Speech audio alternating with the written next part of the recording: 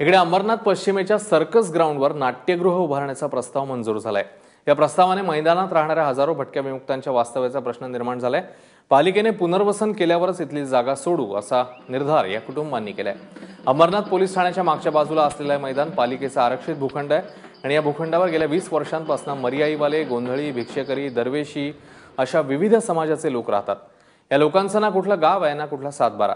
गेली 20 वर्ष हे लोक इथे राहतात, त्यामुळे पालिकेने दुसरी जागा दिल्यावरच ही जागा रिकामी करू असं सांगण्यात येते।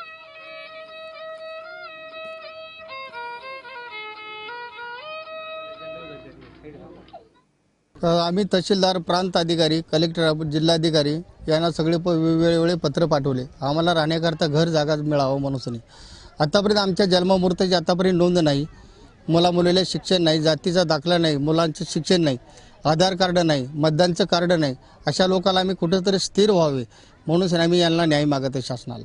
25 वर्षाच्या मोहर आम्ही इथे राहिलेलो आहे। बाल बच्चे जे आमची बारकीवर्गी शाळा शिकते आम्हाला उठवायची प्रयत्न करायला लागले ती बिनकामाचे काय। आता पहिल्यावर आम्हाला उठवायची प्रयत्न केली ती काय आम्ही उठलो नाही, त्यांनी उठवलं नाही।